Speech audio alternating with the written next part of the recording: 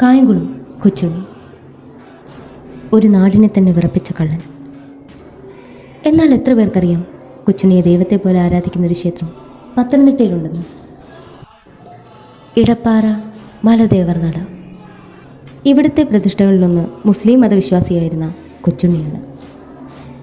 മേടമാസത്തിലാണ് ഈ ക്ഷേത്രത്തിലെ ഉത്സവം എന്ന് കണക്കാക്കപ്പെടുന്നു. 19-ാം നൂറ്റാണ്ടിൽ മധ്യ തിരുവിതാംകൂർ പ്രദേശത്ത് ജീവിച്ചിരുന്ന ഒരു മോഷ്ടാവായിരുന്നു കൊച്ചുണ്ണി. പിതാവ് ഒരു കള്ളനായതുകൊണ്ട് തന്നെ കൂട്ടുകാരും നാട്ടുകാരും എല്ലാവരും കൊച്ചുണ്ണിയെ തള്ളിപ്പറഞ്ഞു. പിന്നീട് അവിടെ നിന്നും പുതിയ നാട്, പുതിയ അറിവുകൾ. ബ്രാഹ്മണന്മാരെ കളരി അഭ്യസിപ്പിച്ചിരുന്ന തങ്ങൾക്കൊപ്പം കൊച്ചുണ്ണി കളരിമുറകളും അഭ്യസിച്ചു. എന്നാൽ ആ നാട്ടിലും കള്ളൻ്റെ മകനെന്ന് പരന്നു തുടങ്ങിയതിനെ തുടർന്ന് പല കുറ്റങ്ങളും കൊച്ചുണ്ണിക്ക് മീതെ ചേർക്കപ്പെട്ടു. എന്നാൽ പലർക്കും അറിയാത്ത ഒരു സത്യമുണ്ട്. കൊച്ചുണ്ണി കട്ടതും മോഷ്ടിച്ചതും സ്വന്തം നാട്ടിൽ പട്ടിണി കിടക്കുന്ന ആയിരക്കണക്കിന് ആളുകൾക്ക് ഒരു ദൈവം എന്ന നിലയിലായിരുന്നു. 1859 വർഷം സെപ്റ്റംബർ 18 കായംകുളം കൊച്ചുണ്ണി എന്ന കൊടും കുറ്റവാളിയെ തൂക്കിലേറ്റി.